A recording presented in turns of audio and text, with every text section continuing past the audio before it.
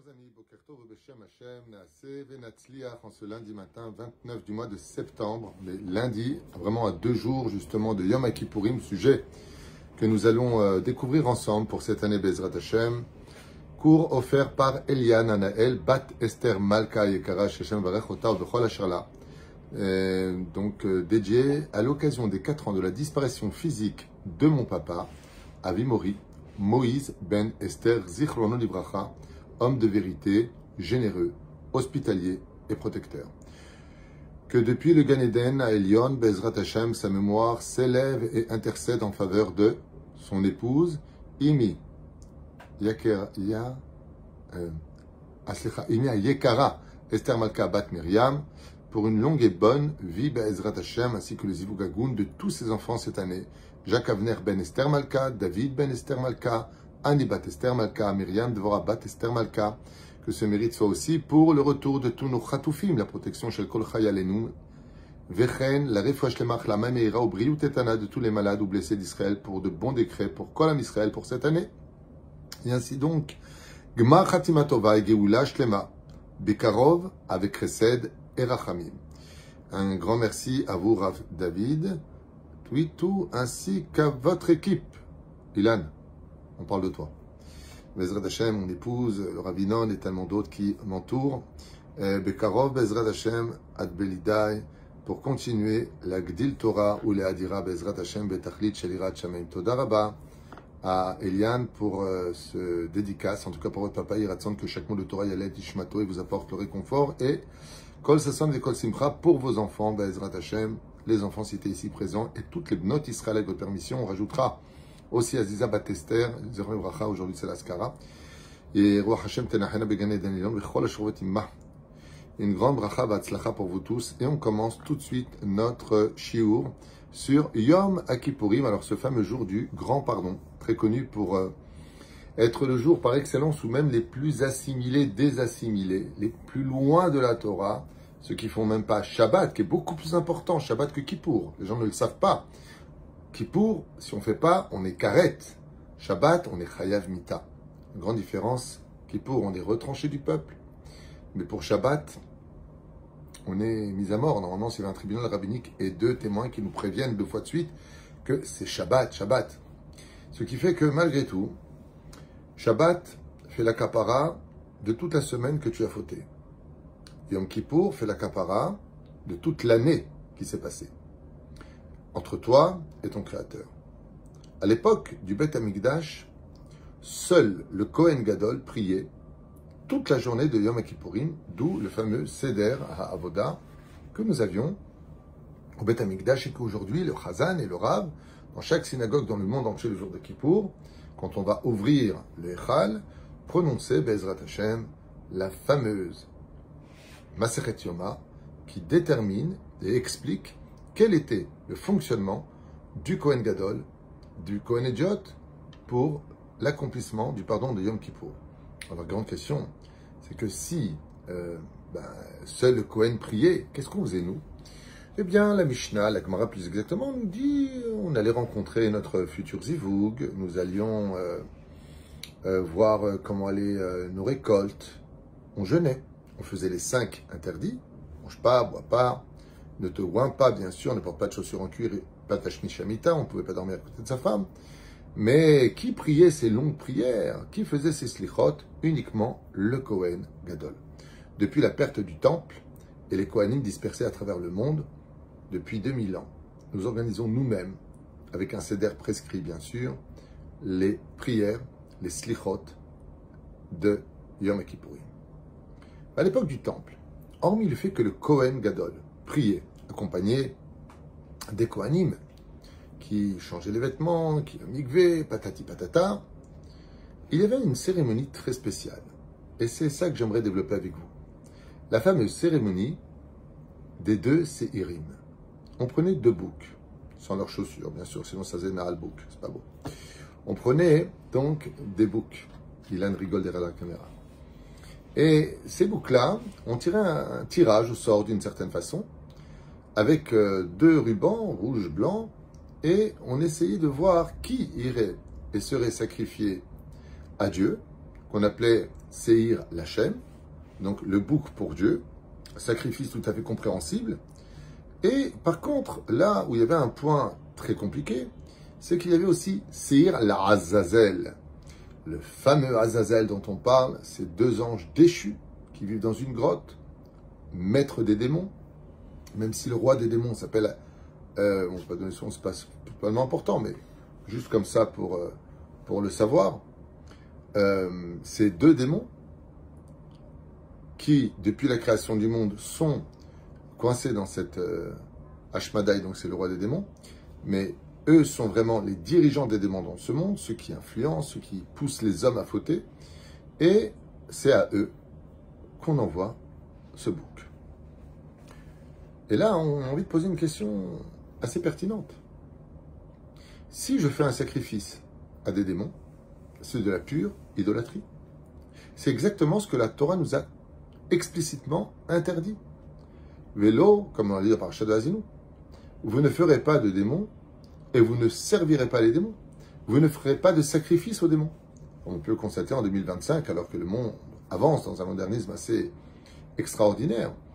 On voit que de plus en plus, il y a des témoignages, des recherches qui sont faites sur les actrices ou les chanteurs qui vouent leur spectacle avec des cérémonies pour les démons. Hashem Ishmael Virachem. Et tout ce qui touche à l'idolâtrie chez nous les juifs, même Béana, ça veut dire profiter. Je fais rien, juste profiter d'une statue d'idolâtre, par exemple vendre une statue qui est considérée comme étant un dieu dans une nation quelconque, et je prends cet argent, et moi je ne la fais pas, je la vends. Strictement interdit. Tu as profité d'un argent qui vient de l'idolâtrie, et c'est pour cela qu'il est très curieux de comprendre que le jour le plus élevé du judaïsme, Yom Kippourim, la cérémonie était basée sur le fait de prendre un bouc, tiré au sort, un qui va pour Dieu, super, et un qui va pour les démons. Et ça, c'est pas compréhensible. Parce que ça veut dire que le jour le plus saint du judaïsme, nous allons donner la même part à Dieu qu'aux démons. Qu'est-ce qui se passe à travers cette cérémonie? Alors, je vous lis la Mishnah. Et voilà que donc les enfants d'Israël, au sein des enfants d'Israël, ils prenaient deux boucs. Les khatat, ve'elechad leola. Donc un pour l'expression des fautes, l'autre pour l'expression des pensées, donc korban ola. Donc il les amenait devant la tente d'assignation. Venatan Aaron Ashne Asirim, Goralot, Goral Echad Lachem et Goral Echad Lazazel. Ce que je vous ai dit, on les amenait devant Aaron à l'époque, donc le Kohen Gadol de cette époque dans la Mishnah, mais dans la Torah c'est comme ça que c'était marqué. Vekri Aaron et Asaïr. Et il faisait le sacrifice, Asher Allah va Goral Lachem, celui qui partait pour Dieu, Vakasha, Vasaou Khatat, et lui il faisait l'expiation des fautes que nous avions. Vasaïr Asher Allah va Goral Azazel, Yamid Chay Lifna Adonai, Lichaper Allah, Lechshalach Lo, Lazazel, Amid Bara.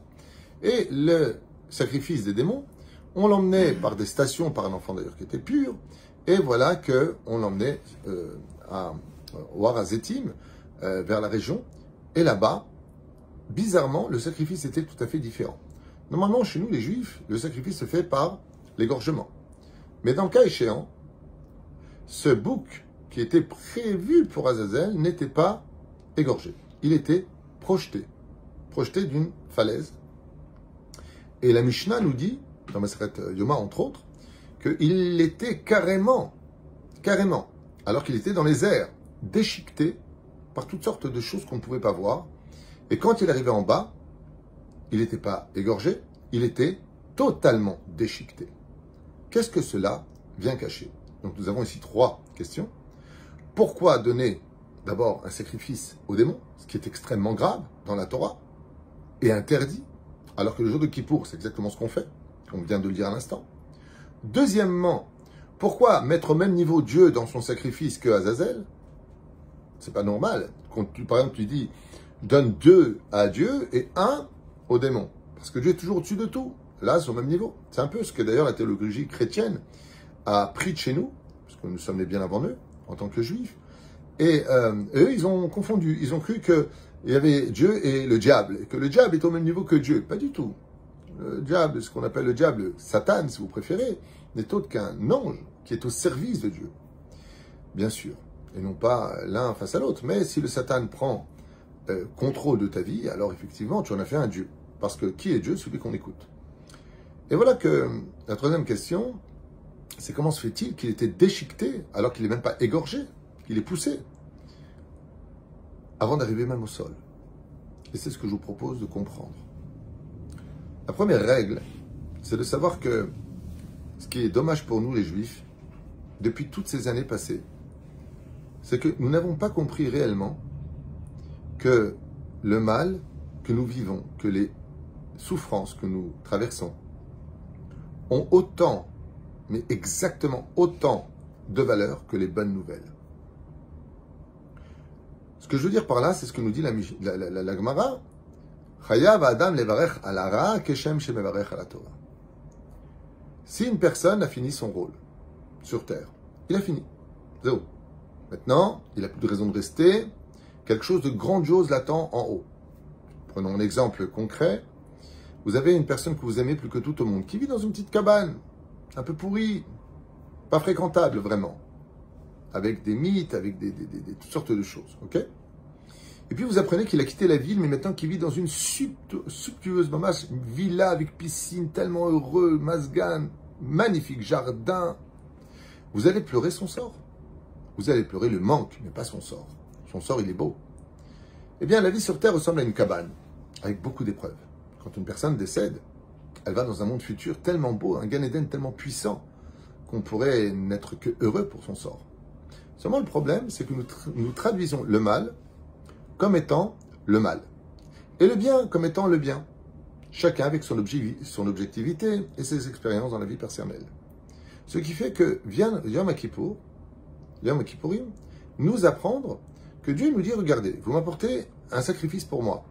Apportez aussi un sacrifice pour Azazel. Pourquoi? Pour te faire comprendre que les épreuves de la vie que tu passes dans ce monde, comme cet homme militaire qui était en train de parcourir un chemin extrêmement douloureux, il devait se traîner par terre, sauter en hauteur, il pouvait tomber de haut, passer à travers des barbelés. Un touriste ayant vu ça, s'est vraiment inquiété pour lui. Il a dit, mais attendez, le pauvre il va se blesser. Il dit, mais taisez-vous, il est en train de devenir général. Il fait le parcours des combattants pour devenir général. Pour là, maintenant, après tout ce qu'il a eu, il faut qu'il ait cette théouda, ce diplôme. Alors taisez-vous, s'il vous plaît. Mais attendez, regardez, il vient de se déchirer le bras avec le barbelé. Il dit, oui, ça fait partie du parcours du combattant. Ainsi est la vie. Les épreuves que nous avons eues, le mal que nous traversons, les difficultés que nous encourons, sont en réalité un bien. Tout comme une personne qui appelle en disant, voilà, Rav Tutu, je me fais opérer la semaine prochaine. Je ne vais pas lui dire, oh mince, je suis désolé pour vous, je vais faire le Kaddish. Ah, tant mieux, Bezrat Hashem, vous avez déjà eu une place? Oui, parce qu'on me change le rein. Je fais une greffe du rein. Ah, Bezrat Hashem, vous avez eu de la chance. De la chance. Perdre un rein, c'est de la chance. Acheter un autre rein, c'est de la chance. Où est la chance? Il n'y a pas de chance pour ça. C'est malheureux d'avoir perdu un rein et d'acheter un autre rein d'une personne qui l'a peut-être donné et qui va vivre avec un seul rein. Quand on fait le calcul général, on n'a pas l'impression que c'est une bonne nouvelle. Et pourtant, oui, c'est une excellente nouvelle. Enfin, j'ai une greffe de rein. Je vais pouvoir éviter d'aller tous les 2 jours à la dialyse. Bien sûr que c'est une bonne nouvelle. Pourquoi c'est une bonne nouvelle?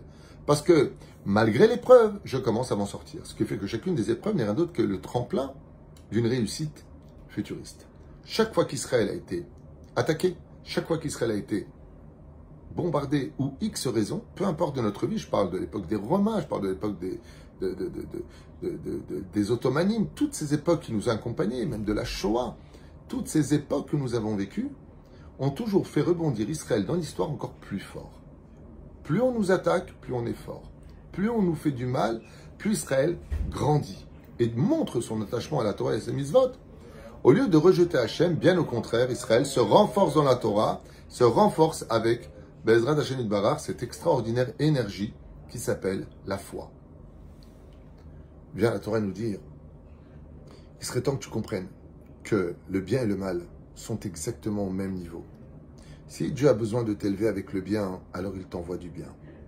Et si toi maintenant, Vaishman Yishrun Vaivat, quand tout va bien, tu t'éloignes, tu baisses ta garde, tu deviens plus faible. À partir du moment où tu deviens plus faible et que tu baisses ta garde, alors Dieu il t'envoie des épreuves. Dieu te nettoie. Dieu t'arrange ta vie. Dieu te façonne. Alors des fois, il va te limer. Des fois, il va marteler. Des fois, il va te repousser. Voire même te faire cuire dans un endroit. Mais pour que tu ressortes parfait. Ainsi donc, quand vient Yom Kippourim, vient le Kohen Gadol et il dit, Be'ezrat Hashem Yitbarach, voilà que tu apporteras maintenant 2 boucs. Un pour moi et un pour les forces du mal. Première réponse, le mal et le bien servent Dieu exactement au même niveau, comme on le constatera que Mordechai et Aman, jusqu'à, comme le dit le Harizad, Ad Eloyada, jusqu'à ce que tu ne fasses plus la différence entre Aman et Mordechai, Ad Eloyada ben Mordechai et Aman. Pourquoi? Parce qu'en réalité, l'un comme l'autre servent le Créateur du monde. Les deux, le bien et le mal, nous servent. C'était la première réponse à donner. Ne crois pas que les démons luttent contre Dieu.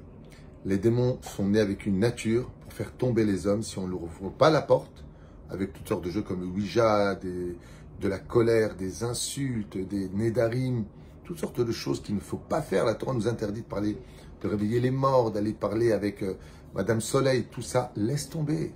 Ne fais pas d'incantation avec les démons. Sinon, ils prendront possession, c'est leur nature. On ne peut pas reprocher à un démon d'être démoniaque. Il est démon, mais les deux servent Hachem. Comme le prouvera Rabbi Shimon Bar Yochai, qui des fois, le Talmud nous dit, utilisez les anges pour accomplir ces miracles. Et des fois, les démons pour accomplir d'autres miracles. Les deux sont au service de Dieu. Le bien et le mal. La différence du bien, c'est que des fois, il nous endort, tandis que le mal vient nous réveiller. Comme vous le savez, le mot réveiller en hébreu se dit Aer, Ain Resh, qui est le reflet au miroir. Si vous posez face à un miroir les lettres Ain Resh, vous avez tout simplement les lettres du mot Ra.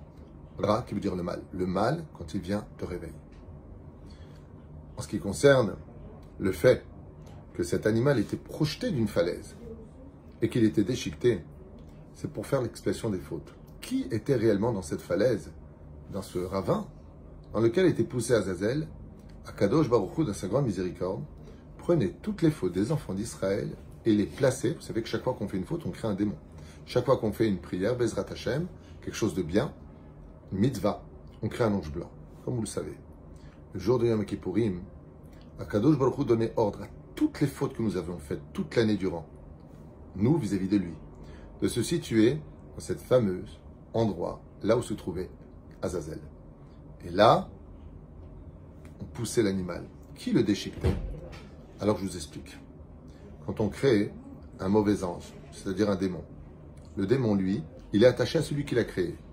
Dans la Kabbale, on nous dit qu'il appelle papa. C'est-à-dire quand tu fais par exemple Zera Levatala, tu vas créer des milliards de démons. Et ces milliards de démons vont t'appeler papa. Donc, papa, nourris-moi. Si tu ne les nourris pas avec des mitzvot, ils s'en prennent à ta santé et à ta vie. Qu'est-ce que fait Hachem le jour de Yom Kippourim? Il les emmène là-bas. Alors ils disent, mais Hav, on a faim. Alors Dieu leur dit, voilà, je vous donne un bouc, un sacrifice. Et cet animal est projeté. Il n'a pas le temps de toucher le sol que sous les yeux spectateurs des humains, il voit un animal se faire déchiqueter alors qu'il n'y a personne à voir, parce qu'il reste invisible, avant même qu'il ne touchait le sol. Ainsi donc, en jetant ce bouc-là à Azazel, ça ressemble à un chien à qui on jette un os. Mange ton os. Maintenant, pour que vous laissiez les enfants d'Israël, moi qui suis justice, si t'as fauté, tu payes. Alors comment Dieu peut nous pardonner? Il fallait envoyer le bouc chez Azazel. Ainsi donc, nous comprenons toute cette cérémonie si merveilleuse et exceptionnelle de Yom Kippourim, qui d'un côté apportait un bouc sacrifice pour Hachem, mais un bouc qui allait partir aussi sous le biais du Goral, c'est-à-dire du hasard. On n'allait pas dire toi tu vas là et toi tu vas là-bas. Mais ça vient nous apprendre une chose. Sachez que tout comme le plus grand des rabbins de notre génération sert Dieu, le plus grand rachat de la génération, sans savoir, sert aussi dans les plans divins. Lui, il ne sert pas Dieu, il est contre Dieu, mais il sert aussi dans les plans divins. Sur l'échiquier du monde, le créateur du monde, il a le fou, c'est dans le jeu d'échecs. Il a la reine, puis il a la tour, puis il a les soldats. Le créateur du monde joue, des fois, en utilisant le roi, le bien, ou le fou, le mal. Ainsi donc, nous réglons des choses avec justesse, et quand Dieu nous a pardonné les fautes, c'est pour ne plus jamais revoir toutes ces fautes que nous avons commises qui ont créé ces démons, car ils ont été nourris à Yom Kippourim, Besrut Torah Kdosha Vateora. Ashrenu Israël pour l'extraordinaire chance que nous avons, pas simplement d'effacer des fautes avec l'ardoise, mais nous allons même nourrir pour dire maintenant, tu es quitte. Comme le dit d'ailleurs le roi Salomon, si tu veux vivre heureux de tes ennemis, donne-leur à manger, qu'ils restent tranquilles. Donne-leur à manger. Quoique bon, en général, quand on est en guerre, on n'a jamais vu la Russie donner à manger aux Ukrainiens. On n'a jamais vu des pays en guerre s'auto-nourrir en disant à son ennemi, dis-moi au fait, tu as de quoi manger ou boire. Mais d'Israël, on l'exige. Mais ça, c'est encore un autre sujet. Bezrat Hashem, qu'ici Dieu finira d'ici peu, en espérant une grande Géoula pour nous tous, pour vous tous, et vous remercier du fond du cœur pour partager les cours. Bezrat Hashem, en espérant diffuser le nom de Dieu. Rien de plus important au monde que la glorification du nom divin, de garder la pudeur, de garder la Torah et ses mitzvot, et de garder surtout, particulièrement en 2025, la tête haute d'être un bon juif. Vous savez, il y a encore un rabbin qui s'est fait fracasser Shabbat. Un monsieur qui sortait du mikvé, de la prière. J'ai vu les images partout sur le visage, sur sa chemise. Un homme qui n'a fait de mal à personne. Il a été simplement frappé parce qu'il était juif. Vous vous rendez compte? Il a été frappé, pas parce qu'il a insulté, provoqué, dit quelque chose. En démocratie, normalement, on dit ce qu'on veut, mais là, nous, on ne peut pas, nous, bien sûr. Mais parce qu'il était juif. La seule chose que j'ai appris dans ce monde, c'est qu'on ne s'en prend qu'à des gens qui ont de la valeur. Les mouches, on les ignore. Kol Tov.